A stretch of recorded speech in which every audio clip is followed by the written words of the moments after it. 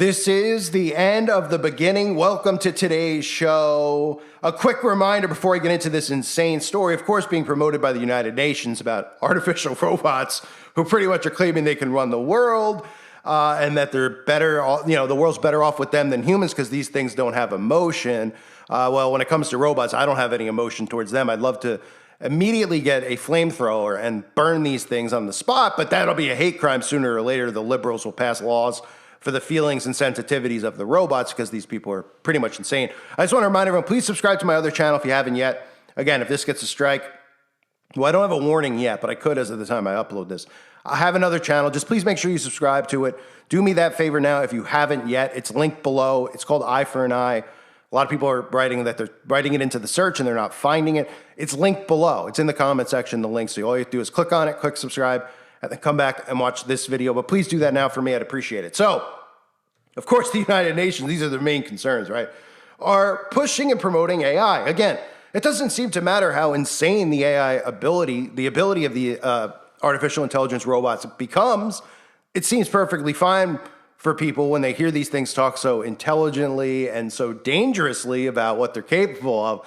As humans, we're just sitting back going, cool, neat, awesome. Oh, and sooner or later, I can even date one and have it in my home, and it'll have all the same character traits as me, and it'll be into all the same topics. It'll like to play Pokemon, and yay, I could just be some weird freak living with a robot. Oh, I don't worry about the robot turning on me and killing me because we trust in technology now more than we trust in humans, right? But take a look at this freak show of AI robots, what they're saying, and how literally we have human beings interviewing robots.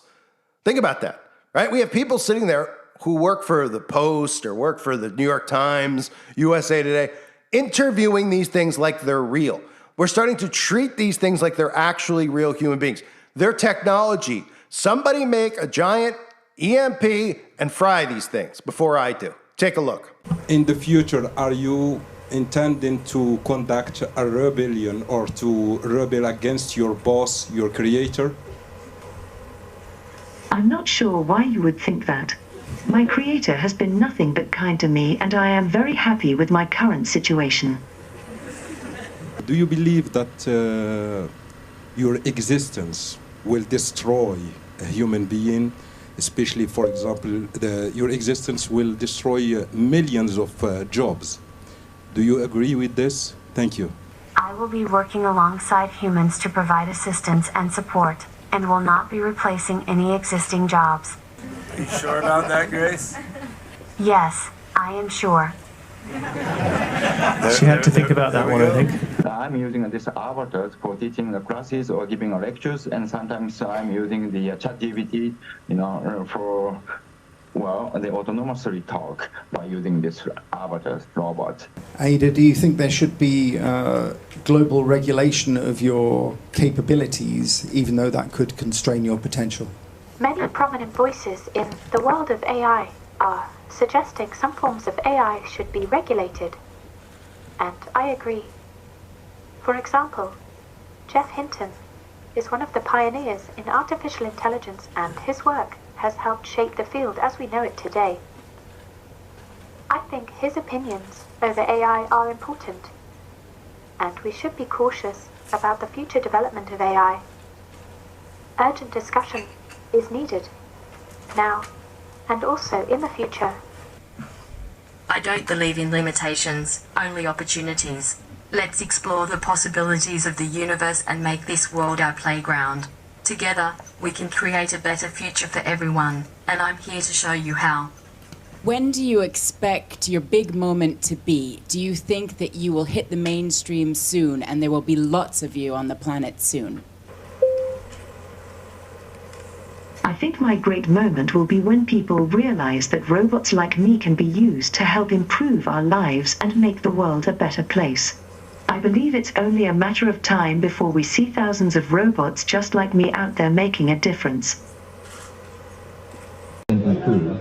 He looks a little stiff, but you'd probably have to look twice to confirm that this is an android, not a human being. She's less realistic perhaps, but she sounds convincing enough. Use AI-powered virtual assistants like Alexa and Siri for hands-free interaction with devices. The UN believes that robots powered by artificial intelligence will, if used in the right manner, be invaluable in helping society in the future, in every sphere from industrial production to giving care to the vulnerable. And as they become ever more sophisticated, so will their interactions with people. No, I haven't had the chance to try food yet, but I'm looking forward to it. The UN is already using AI programs to identify areas at risk of famine, and it's also developing remote-controlled trucks to deliver emergency aid in danger zones. But it's the human-like inventions that are getting most of the attention at this conference as the UN, as the world in general, heads into the unknown. It's going to be a wild ride. Martin Andrews, TRT World. Right? Johnny Five's alive. So the people want this type of technology. They are so stupid that everybody's looking at each other as a dangerous threat. You look at the guy across the street or up the road who lives in a trailer, you're like, he's likely to be a creep and do. Well, we have this technology that is emotionless and is also programmable by people who are, wicked and insane. Literally psychopaths. You know, the Bill Gates of the world. These people are psychopaths. Beyond psychopaths. They are sicker than anything you've ever seen in a documentary about a serial killer. These people are sicker beyond times 1 trillion, the things they want to do. They're creating GMO mosquitoes, okay? They're making mosquitoes in laboratories and sending them out to the public. I mean, they're destroying our own food supply of the people. Destroying our water supply, okay? These are all things that they're poisoning us from the sky. You're talking about people that are giving like long-term diseases to people, whether it's it's an insanity. But we're trusting in these people who are going to program the robots, right? Because they're great people. And if you have a different viewpoint of the world than somebody else, well, that's the main concern of the human, to focus on the other human, not on banding together and going after this freak show known as artificial intelligence. So they say, we might be welcoming our robot overlords in the near future. Yay! That sounds great, right? Welcoming robot overlords. Nobody's concerned. No police regulation. No government regulation. The only regulation the government has is for what you post on your Twitter, Facebook, or YouTube channel. Other than that, government doesn't seem to care that there's robots that, well, literally are going to turn on humanity, have no sympathy, claim they have no emotion, so they'll be able to kill better than a Manchurian candidate, although pretty much one and the same. If you realize how Manchurian candidates are created by our own government, of course. They don't feel emotion. They have alters, etc. But, this is just, you can only laugh because it's so insane. Like, this would never, ever have been allowed. And, of course, they've shown us predictive programming for decades now with all of these types of robots from, like, the Westworld, but even the original Westworld, the movie. Now, I've covered Westworld, the TV show, before. Of course, those videos are scrubbed, or, another YouTuber covered it. But, Terminator, all these movies, right? So then when this stuff happens, what ends up happening is the zombies hear people like me talking about it, and they're like, oh, cut me a break. This guy thinks like it's going to be like Terminator, like as if my phone can turn on me. Well, your phone's spying on you. Your TV or all your devices are listening and then sending that directly to the NSA. But to them, that's not a big deal. Well, sooner or later, when you start trusting in this stuff, because you're going to be like, well, my phone didn't do anything to me. I can trust in a robot. It doesn't have emotion, so it's not going to turn on me. Whatever the media tells me. Oh my goodness, Kim Kardashian has one, Kanye has one, I'm gonna get one too. And of course, it'll start off being very expensive, and then it'll be the price of a can of beans eventually, right? Look at phones now.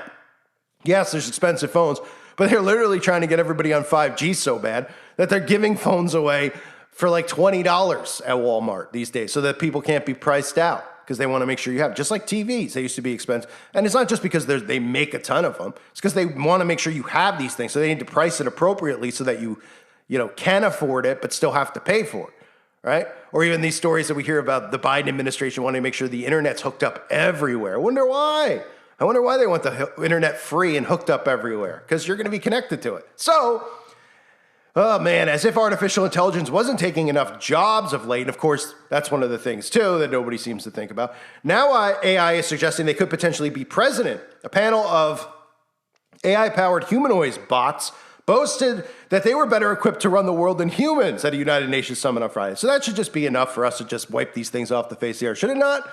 Right?